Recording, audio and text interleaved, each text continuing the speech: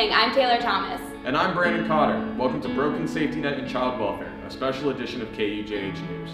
The Kansas DCF Family Court System, their services and workers are fundamental parts of social services. One of the major parts they play falls under human rights principles. That's right, Taylor, and there's value to these services that have benefited the community over the last 2 decades and even today. In a time of crisis, DCF caseworkers are one of the first stops made by family members and officials to ensure the well-being of children. So how does that actually work? Well, we had the chance to talk to licensed social worker with the Department of Child and Families, Megan Rubio, Child Protective Specialist Supervisor and licensed social worker Jackie Zenson, and foster care liaison for the Department of Family and Child Services, licensed social worker Sarah Mogan-Linkey. We asked them to explain to us their roles in deciding whether a child should be placed in the system. Rubio shares one aspect of how the system works. Our first question: when do DCF workers jump in to intervene? It's a hard question to answer because everything is different. We always look at the deterioration of a child or children or family, look at if they're acting out more, if they become withdrawn more, if they're not meeting their appointments as scheduled. So there are just a lot of array of different things that can say something's not going the way that it's planned, or the safety plan is out there, or the parents are saying that they are doing. So again, that's kind of a hard question to answer. It just depends on each family and the situation that they're in. Of substance abuse, if the family, the parents are showing signs of the current substance abuse, that's a concern for us. If they're showing signs that they're not getting their mental health treated, or if families aren't taking medications as prescribed. So there are a lot of little things that can lead up to big events that happen. We come in as the crisis. We come in and we determine safety, or if someone's not safe. At that point, if we determine that a family is not safe, we explore all other options. We explore if there's any other caregivers or family members, family friends that could possibly take a child or children for a time being until we can get family some services. If that is not the case, our absolute last resort is to have children come into custody. If that were to happen, then we have to file what's called an ex parte order, and then we send it over to our assistant district attorney and our judge. Only the judge can remove children from their home, or law enforcement. So if those orders have enough information and we have to meet probable cause, there's a lot of information that has to go into that to remove children from their home. If that ends up being the case, then we physically go into the home with law enforcement and we remove those children out of there and then place them hopefully with family or caregivers, and if those are not appropriate or available, then they would go into a foster home or a group home setting. So once that takes place, then we have a couple of court hearings that we attend, and then after that, as a child protection specialist, we kind of back out because that first crisis has ended, and then it goes to our contractor through KBC, and then the foster care side takes over. So once the referral is made and children are brought into out-of-home placement, the foster care liaisons, we start monitoring 4 hours within the referral. So we work really closely with the intake folks to make sure all the information is shared and we're all on the same page regarding any issues with the family. And we monitor the case until permanency is achieved, whether that's the children are returned to their family or we have to go the route of adoption, and then we follow the children for an additional year after permanency has been achieved. Megan Rubio says she evaluates what risk factors and safety needs a family has. Whenever we have safety concerns, we always come back and we always staff with our supervisor, so no decision is ever made independently. Once that happens, if we're still on the fence, not really sure what's meeting what criteria, we can also pull in administrators, and we kind of talk that case over with them as well. And we call that as like a red team staffing, to where it's an emergency. We need to talk with multiple people, bring everyone in that we can, and say, these are our concerns. Do we feel like we have enough safety concerns at that moment that this child or those children need to come out of home? And then it's also kind of a brainstorming where we can figure out and we can talk with everyone else of, well, have we tried this, or have we tried this resource or this service? So no decision is ever made independently. We bring in law enforcement, or we bring in our supervisor, their supervisors. It just kind of depends on the situation. The DCF has had cases where Kansas children under the care of the DCF end up falling through the holes in the safety net, and in some extreme cases end up dead or missing due to gaps in the system. Family Services reporter Laura Bauer has worked for the Kansas City Star newspaper for over 13 years, uncovering child abuse cases and how the DCF court systems are handling these situations. Bauer says the DCF and family court system's biggest problem is the amount of children in foster care. In Kansas right now, we're at a point where a record number of kids are in foster care. And, several years ago, we were around 4,500 or 5,000, and now we're over 7,000. And you run into several things with that because some kids are in kinship care with family, some kids are in foster homes. They don't have enough foster homes for these children. They come from a situation that was not good. And transparency means doing enough to protect the children in Kansas's care. Former social worker for one of Kansas's welfare contractors, Sarah Coates, speaks on the severity of the mishaps and why quick actions are needed to be taken now. We just don't have the time for niceties, like children are dying. Right. And gruesome deaths that were preventable. So at some point, we have to just acknowledge what we've done wrong and be able to have honest, candid conversations. One example of this includes a little boy named Adrian. We had a little boy in KCK in 2015 in November, right before Thanksgiving, where it was a domestic.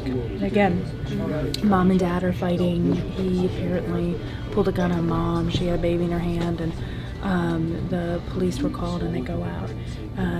In the interviewing of the family, they realized there's a little 7-year-old boy who is missing, and he hadn't been seen since September.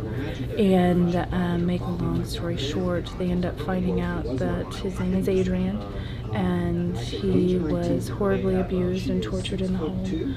And when he died, they fed his body to pigs.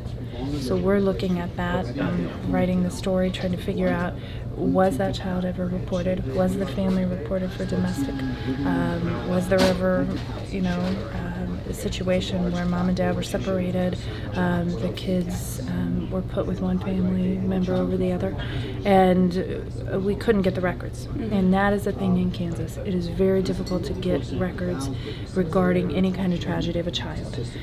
The law says that after a death of a child or a near death, it's fatality or near fatality, that information shall become public record.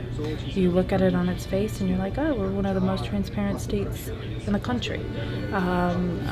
Contrary, when Kansas put that law into place in 2004, they made a compromise that said if you want that information, if I ask for Adrian's records, which I did, they, within 7 days, contact everyone that's affected by Adrian's death and says, Laura wants these records, do you want her to have them, basically. And they can file a petition with the judge and say that they don't want us to have those records. Many states, they don't operate this way. So we rarely, if ever, get records because the police don't want you to have them because they have a case. Prosecutors are prosecuting that case, they don't want you to have them. The parent who has done something or is trying to keep the family together, they don't want it out because they want to protect their family or themselves. DCF is oftentimes a child's last chance at a success story. It's our safety net, right? That if a child is not able to be safe in their home, then we will make sure that Kansas children are safe. It's what we do.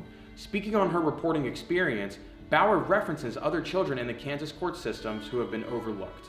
They don't see Jovi in the attic. They don't see Caleb in his bed, or Adrian, who was kept, naked in a shower and abused. And what it becomes is those children, because their families can't take care of them, they become the community's children, and the communities need to do something.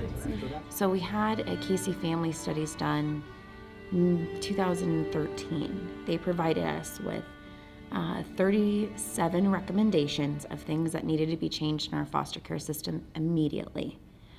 We have successfully completed, or they gave us 37. They said 9 needed to be done today, immediate changes for safety. We've done 2 since 2013. We've implemented 2 of the changes.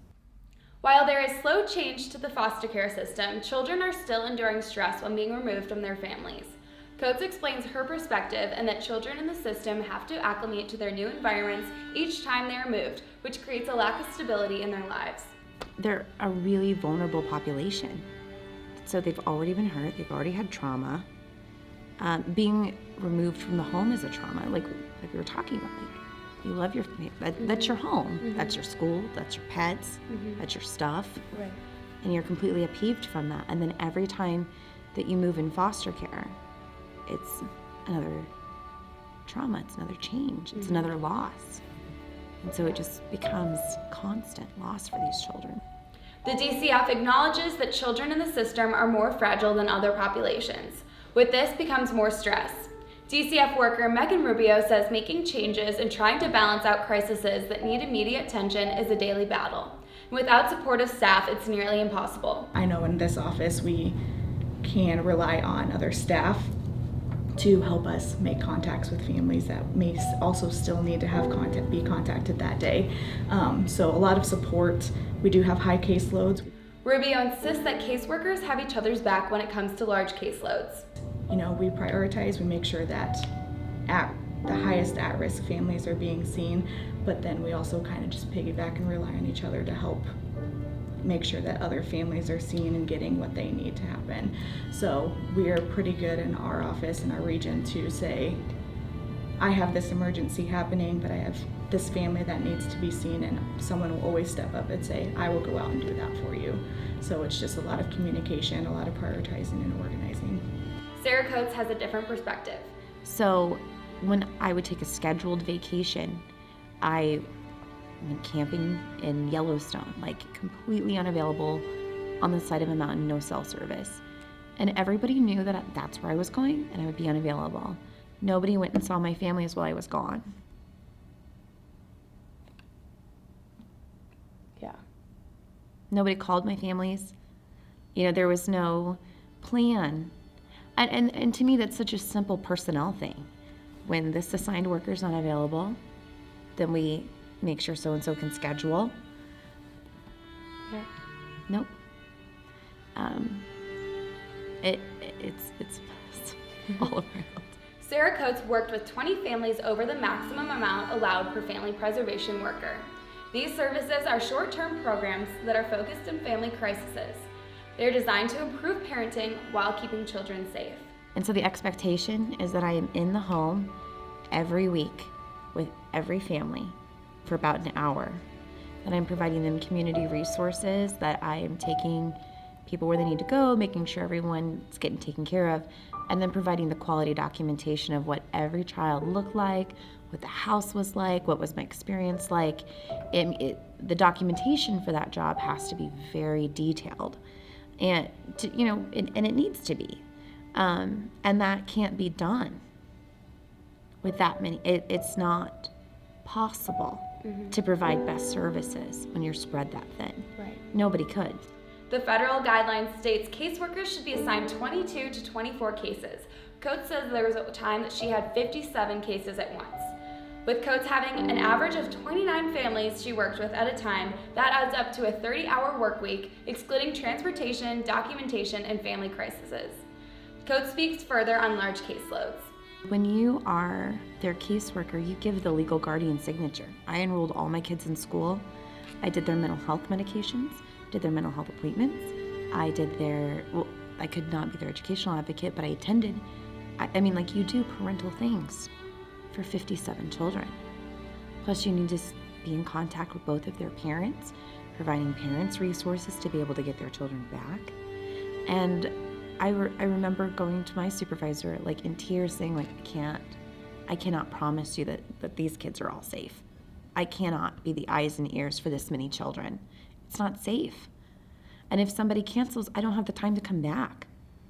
And that's not okay. Like these are the kids, these are the people that need to be seen.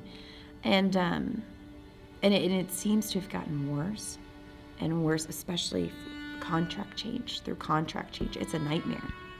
Child Protection Specialist Supervisor and Licensed Social Worker Jackie Zenson says there's a problem with the dependability of the family court system. I think that through the state of Kansas, one of the issues is that the courts are not always consistent with how they make decisions as far as safety and reintegration and adoption. I feel like in the Kansas City region, we have a lot of support from the courts and appreciate the work that they do. And while families are consistently being moved around, there are also changes that are not so obvious. Megan Rubio dives into more specifics regarding current patterns of Kansas families involved with the DCF. Throughout our cases, substance abuse in our county especially is a big deal. That's what we see the majority of the time is substance abuse and mental health issues. So a lot consistent through our court system is that we're always trying to find the best mental health services for children and for their families. That's not consistent throughout the state. The West region might not have as many mental health providers as we do here. So it's always just trying to figure out and find out what best serves each family throughout the court system, child or parents or caregivers, whoever that might be. When a report of child abuse is filed in the state of Kansas, it goes through multiple steps until its final destination. Sarah Coates, who worked with the DCF as a contractor for over 6 years, says that she's learned a lot and has a lot to say. Coates vividly remembers one of her cases when the situation wasn't specific or appropriate for family preservation or DCF contractors, and that it needed to be overseen by a court. But there was a mother living in a tent, and she lived in her girlfriend's backyard. And in the adjacent tent, they were making meth. There were 3 small children living in the tent with mom. It was Kansas summer, 110 degrees. Came in for allegations of like physical abuse, sexual abuse, parental drug use, neglect, multitude of things. In the time that a DCF social worker left the location and Sarah Coates was referred, the family was gone. Coates says it is so important that cases are delegated to the correct entities so that if needed, children can be taken into government custody immediately. So how different would that call have gone if we were able to notify law enforcement? We just had an allegation that they were cooking meth. Right. Why couldn't we make, that's a crime, like why couldn't we, but that's prevented. Yeah. And a social worker on their own authority cannot remove a child. That's a court decision, like the social worker petitions the court. But if a law officer thought the child was in imminent danger, an officer can take the child right there. But nobody did. And that family, I mean, we went back out. There was no phone number.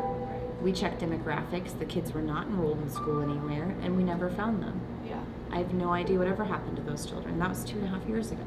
Of course, most people want their families to stay together as one, but for certain circumstances, the DCF services are in place to help with the overall safety of the family. I mean, there's nothing more near and dear to anybody's heart than their children. So even if it's not a safe environment, parents love their children and children love their parents. And they want to be together, even if it's not safe. Yeah. And so sometimes it is volatile. It's always emotional, but it's not always safe. Anyone can make a report to the hotline or via email or fax. Some people are mandated to do that, and really anybody in the community can. At that point, it is, if an intake is assigned, it gets filtered down to the local office, and that is when an investigator would step in, assigned in the county where the family resides. And the types of investigations that we do can fall under an abuse neglect investigation. Then we also have what we call non-abuse events where we really go in and assess the family for services, like Megan was saying, and then we work with families, women who are using substances while they're pregnant, and really just general assessments for families to help them out and give them the supports that they need for their children and their families. Sometimes we have people that just randomly stop into our offices and say we have an issue, so a child protection specialist or a supervisor will go out and speak with them. But at that point, we also still just direct them to contact our reporting center, because that is the only way that investigations come down to us. So it has to go through them. And there's a few different ways that they can do that. They can do it online, they can do it over the phone, fax things in. So if you're on hold for like a really long time, you can leave a message and somebody will call you back. Those calls are returned about 45% of the time. Right. So that's a problem. Yeah. We're missing those calls. So we know that there. We don't have anything in place that makes it so if reports come in about a significant incident or repeated reports about the same family, that be sent to law enforcement, because maybe law enforcement's had contact with the family. Maybe they come out a lot for domestic violence. Maybe they know that somebody in the house is on probation or on parole, or they have knowledge of the family. And in fact, DCF blocked us being able to pass that legislation and even get it through committee this session. And so the problems start there, and they go all the way through. You know, how reintegration happens, making sure that parents are getting the rights that they need. Kansas isn't alone, and our story isn't just a Kansas story. It involves kids, families, and it can be duplicated through any state. While no system is perfect, there are differences in how instances are handled. Missouri has identified and executed necessary change. Now it is time for Kansas to join them. Kansas DCF officials are looking for guidance from consultants and advocates in Missouri because they faced a similar problem with their child welfare system in 2003. The Missouri system has looked themselves in the mirror. They have said, this is where we've fallen. This is what we need to do. We need to put more money into the system. They are doing that. If you do not know what these kids are up against, they don't have a voice. These children do not have a voice, most of the time, literally. And so I think transparency works in that it's the look in the mirror. It's what are we doing? You know, nobody's blaming them, saying, you know, anybody woke up that morning wanting to hurt a child. Oh my goodness. Now it's just a matter of actually doing it. And that's what's happening now to inspire change. In December of 2017, Gina Meyer-Hummel became the new Secretary of the Department of Children and Families. She took over when Secretary Phyllis Gilmore retired. Meyer-Hummel says she will create more transparency and require accountability. Let's hope she follows through on the claims she will make. Only time will tell, but time isn't something that all children have when they are in a difficult situation that can also be dangerous. That's true, Taylor, but hopefully our report has shed some light on what is being done, what should be done, and what we can all hope for in the future. Change and improvement. And changing the lives and improving the lives of children who become part of the system. I'm Taylor Thomas. And I'm Brandon Cotter. Thank you for joining us. Good night. Good night, everyone.